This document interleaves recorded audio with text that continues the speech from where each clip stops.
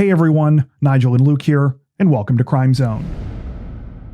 Though hitchhiking was once a popular pastime in Canada and the US, to many people today, the idea of hopping into a car with a stranger without any prior information seems unthinkable. Over the past few decades, fear of hitchhiking has been cemented into popular culture like few other activities, exemplified through an endless supply of horror stories, ranging from fictional narratives and urban legends to all too real cases of terrifying and deadly experiences. While those who have studied the phenomenon extensively have noted that our fears about hitchhiking likely far outpace its actual dangers, it can be incredibly hard to let reason prevail in the face of mysterious and disturbing real-life stories. For better or worse, we seem inherently drawn to cases of so-called vanishing hitchhikers. Today, we wanted to take a look at a few examples of these mysterious cases, focusing on instances where hitchhikers seemingly disappeared into thin air. Before we get to our list, don't forget to like and subscribe to Crime Zone for more true crime content like this. It really helps us to continue building the channel. And if you've watched a bunch of our videos already, you might not even realize that you're not subscribed. While you're there, make sure to hit the notification bell to stay up to date with our latest releases. As always, we are extremely grateful to everyone who has helped support the channel. With that out of the way, here are 4 mysterious cases of vanishing hitchhikers.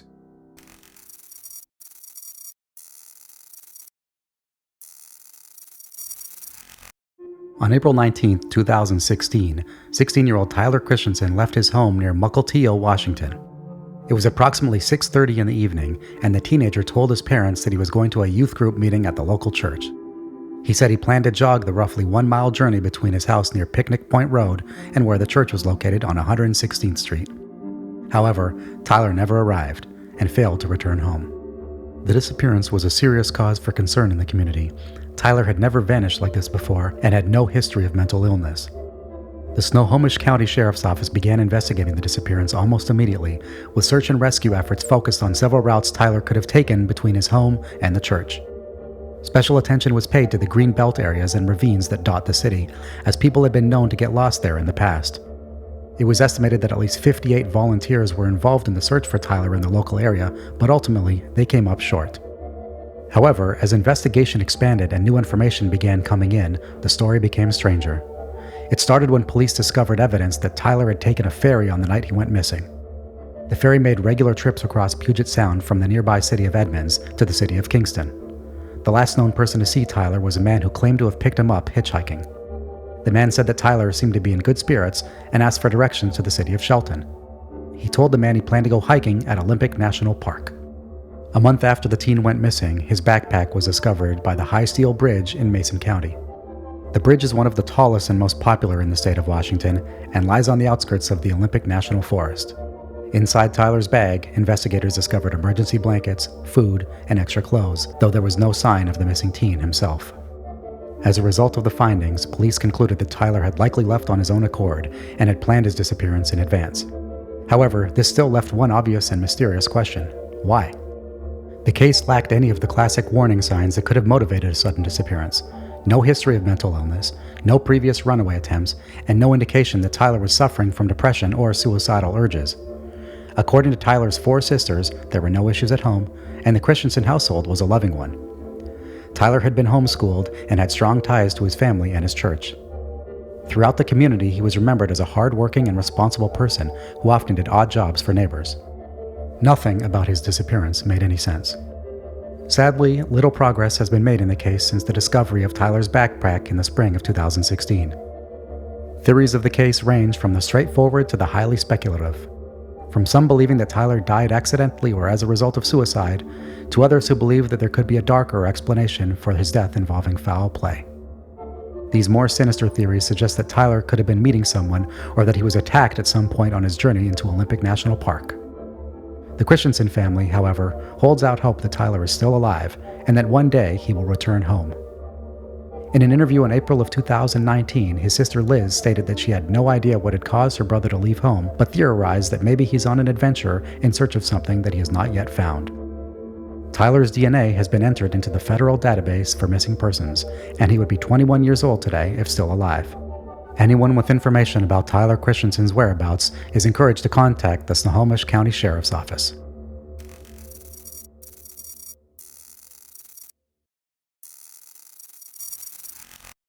In July of 1973, 16-year-old Mitch Weiser and 15-year-old Bonnie Bickwit decided that they needed a break from their summer jobs. The two Brooklyn teenagers were in love and were normally inseparable during the school year, but this summer their work had kept them apart. Mitch was working as a photography assistant at a company in Coney Island, while Bonnie had taken a job at Camp Wellmet, almost 3 hours away, near the hamlet of Narrowsburg. The idea to meet up started after Mitch and his friend Larry bought tickets to a concert on July 28th, but Larry had to back out. Missing Bonnie and not wanting to waste a ticket, Mitch proposed the idea of meeting Bonnie at her camp and traveling the rest of the way to the concert together. The concert in question was known as the Summer Jam at Watkins Glen and would go down as one of the most highly attended rock festivals in history, attracting an estimated 600,000 fans. Bonnie and Mitch were determined to be among them. Despite the couple's eager anticipation, it seemed for a while like fate was conspiring against them. Bonnie's boss said that she could not take the time off of work, and Mitch's mother and sister were extremely concerned about him attending the concert and making such a long trip. However, the couple was determined to have their weekend away. Bonnie quit her job at the camp, informing her boss that she would be back to pick up her belongings and her final paycheck at the end of the weekend. Mitch likewise ignored the pleading of his mother and sister, even refusing money they offered him so that he wouldn't have to hitchhike during the trip. On July 26th, Mitch took a cab to Camp Wellmet, calling his sister late that night to inform her that he had arrived. He also said that the ride had cost him a good portion of the $25 he had set aside for the weekend trip. The next morning, Mitch and Bonnie ate breakfast and gathered their belongings, including sleeping bags, backpacks, and a cardboard sign reading Watkins Glen, which they had made to help with hitchhiking to the concert venue. A camp worker drove them into Narrowsburg, approximately 75 miles away from their destination. They were last seen standing on the side of State Route 97, trying to flag down passing motorists. It remains unknown whether they ever made it to Watkins Glen. When Mitch and Bonnie failed to return from the concert on July 29th, it became clear that something had gone wrong. The terrified parents of both teenagers distributed thousands of flyers and eventually hired their own private detective, but were never able to locate the missing couple. Police, meanwhile, were less certain that there was cause for alarm. They theorized that Mitch and Bonnie had probably run away, either to elope or possibly to join a cult or a commune. Though this assumption was largely based on the cultural context and time period in which the disappearances took place, there were a few details that could be seen as supporting the theory. For starters, Mitch and Bonnie had secretly exchanged wedding rings at the beginning of the summer, as a sign of their intention to marry. Bonnie had also sent a letter to her parents just days before her disappearance, saying that they needed to start giving her more freedom. It also appeared that Bonnie had secretly traveled back to the family home the week she went missing to grab $80 that she had been saving for a bicycle. Though her parents were on vacation at the time, she was spotted by her neighbors. Mitch, meanwhile, had been upset with his parents because they could not afford to send him to the college he wanted to go to, and he was unhappy with the idea of attending school close to home. However, for each detail of the case suggesting that Mitch and Bonnie may have run away, there were equally compelling pieces of information suggesting that they did not. Neither one of them went to pick up their final paychecks after the concert, nor were their social security numbers ever used again following their disappearances. Family members also considered it unthinkable that Bonnie would have disappeared willingly, given the poor health of her father, who suffered from a degenerative neurological condition. Bonnie was extremely concerned about her father, and it seemed unlikely that she would disappear without ever checking in on him again. Mitch, meanwhile, had been looking forward to taking his upcoming driver's test, and had given no indication that he planned on taking off. According to his friend Larry, when Mitch picked up the second concert ticket from him, he said, "See you Monday." Eventually, police came around to the idea that Bonnie and Mitch had not disappeared willingly, and two prevailing theories took over the case: that the couple had died as a result of a tragic accident, or that they had been murdered. The first theory gained traction in the year 2000, when a witness named Alan Smith claimed to have seen Bonnie and Mitch drown while on their way back from Watkins Glen. According to Smith, he was part of a group of people who had hitched a ride in an orange Volkswagen van after the concert had ended, a group which included Bonnie and Mitch. Smith said the group had stopped along the way to go swimming in a river, and at some point, Bonnie had started to drown. Mitch had jumped in to save her, but the couple had both been washed away by the current. Smith told police that the driver claimed that he would call to report the incident at the next gas station, but there is no record of that call. The driver has also never been found, and Smith could recall no further details other than the fact that the vehicle had Pennsylvania license plates. Though police initially considered Smith's story to be credible, they began to have doubts after he could not remember the location of the river, even after being taken back to the area. There was also the fact that he strangely admitted he made no attempt to save either teenager while they were supposedly in distress, or that neither of the two bodies had ever been located. The more sinister theory of the case involved the serial killer Robert Garrow, who was active in New York during the early 1970s. Garrow is known to have committed several rapes and murders at the exact same time that Bonnie and Mitch went missing, in locations such as Warren County, Hamilton County, and the city of Syracuse. While Watkins was captured in August, just a few weeks after the disappearance of Mitch and Bonnie, it took a while for anyone to suggest that they could be connected to his crimes. By that time, Garrow had died in a shootout with police following a prison escape. Despite the many compelling theories of the case, the disappearances of Bonnie Bickwit and Mitch Weiser remain a disturbing mystery. If still alive today, Mitch would be 64 and Bonnie would be 63. Anyone with information about the disappearances is encouraged to contact the National Center for Missing and Exploited Children, or the Sullivan County Sheriff's Department.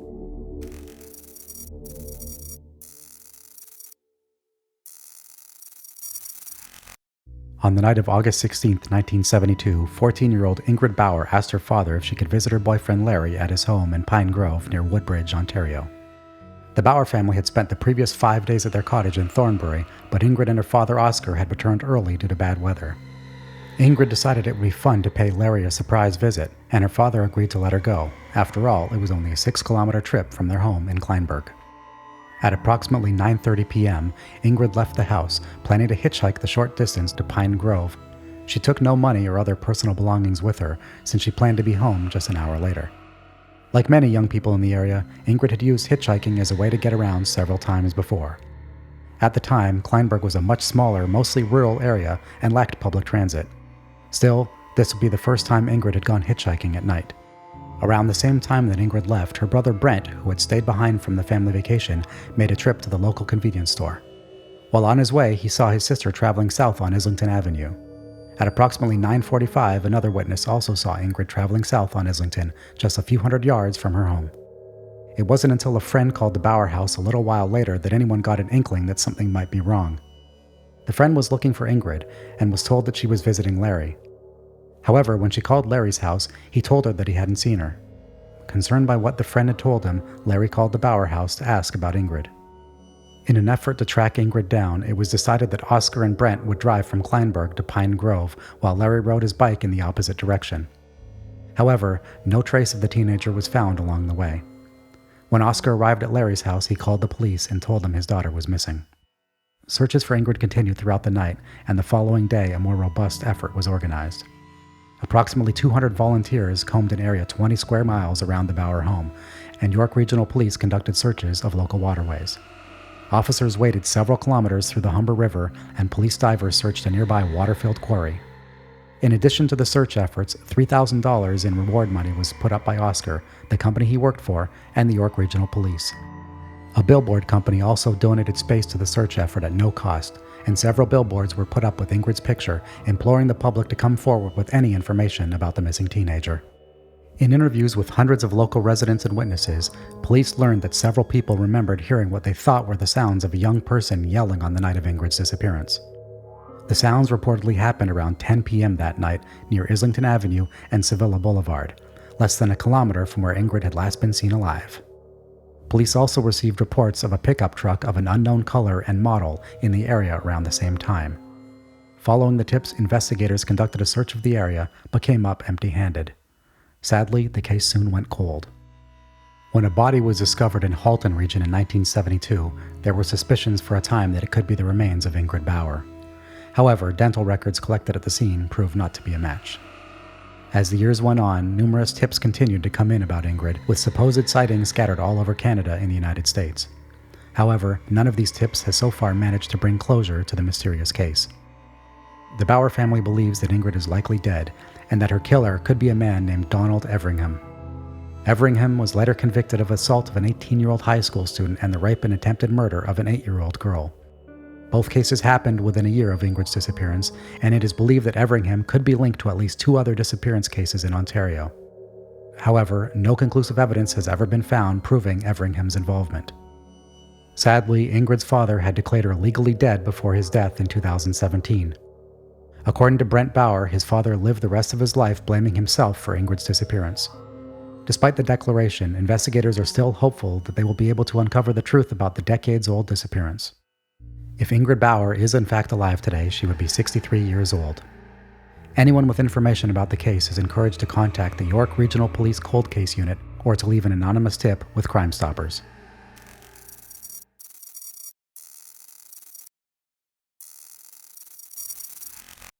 On September 21st, 2005, 22-year-old Tamara Chipman set out on a familiar journey. After spending some time visiting friends and seeing her mom in Prince Rupert, British Columbia, she planned to make the 148-kilometer trip back to her home in Thornhill, just outside the city of Terrace. Because the area lacked adequate public transit and she had no other means of transportation, Tamara planned to get to her destination by hitchhiking, down an infamous stretch of the Trans-Canada Highway called Yellowhead Highway 16. Though no one actually saw Tamara get picked up, several people saw her outside an industrial park in Prince Rupert that afternoon. The area was known as a place where truckers were sometimes willing to take on passengers. After that, Tamara was never seen or heard from again. Though friends and family were initially unsure whether there was cause for alarm, by early November, Tamara's father had officially reported her missing, and the Terrace and Prince Rupert RCMP launched a joint investigation into Tamara's disappearance. The police, along with members of Tamara's home community from the Witset Band of the Wet'suwet'en First Nation, undertook a large search effort to locate her in early December, searching Highway 16 from Prince Rupert to Terrace and covering every logging road between the two cities. However, no trace of Tamara was ever discovered. Some suggested that the timing of Tamara's disappearance was suspicious. At the time she went missing, she was facing assault charges and was due to appear in court. However, as time passed and Tamara never surfaced, the theory that she was simply hiding out from the law seemed increasingly less likely. In addition, her bank account was never used again after September of 2005, and Tamara had a 2.5-year-old son who family said she never would have abandoned.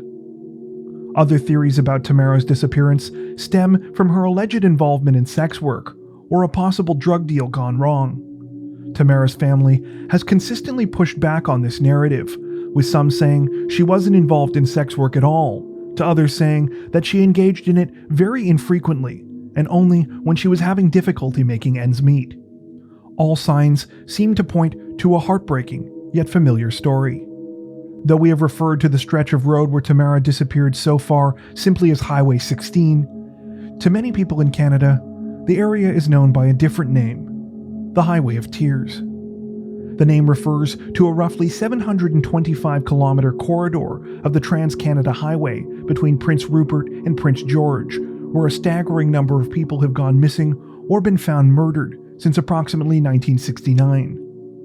Though the exact number of victims varies wildly depending on who is giving the estimate, with 18 on the low end and more than 40 according to some calculations, a disproportionate amount of these cases have always involved Indigenous women.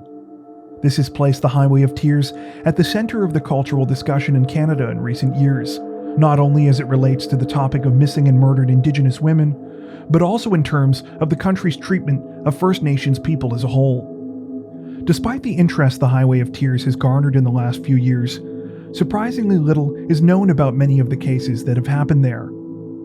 For some time, there has been ongoing speculation that a serial killer may be responsible for some of the deaths and disappearances, including in Tamara's case, but so far, the theory has yet to be conclusively proven. Coincidentally, Tamara's disappearance coincided with the creation of Project EPANA, a provincially funded RCMP initiative tasked with investigating disappearances and murders linked to Highway 16, and determining if there could be one or multiple serial killers operating on the highway, as well as in other parts of the province.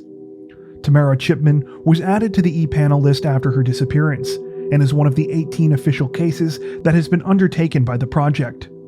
Since its inception, the project has had mixed success, with some of the cases linked to deceased American serial killer Bobby Jack Fowler. In 2019, the Monica Jack case became the first one to officially be solved with full court proceedings as a result of EPANA. However, in many other cases, like the disappearance of Tamara Chipman, friends and family have been more critical. In an interview nearly a decade after her disappearance, Tamara's family said that they had received very little contact from investigators, and the last update they had been given on her case was in 2013. Instead, they hoped that by bringing awareness to the issue of missing and murdered Indigenous women and girls, they may be able to stop cases like this from happening in the future, and one day, hopefully get some answers of their own about what happened to Tamara. Anyone with information about the Tamara Chipman case is encouraged to contact the Project EPANA tip line or the British Columbia RCMP. That brings us to the end of our list. Do you know of any other cases like this that you'd like to see featured in a future video? Tell us about them in the comments section below. As always, if you enjoyed our video, don't forget to like and subscribe to Crime Zone for more true crime content like this, making sure to hit the notification bell to stay up to date with our latest releases. Thank you for watching.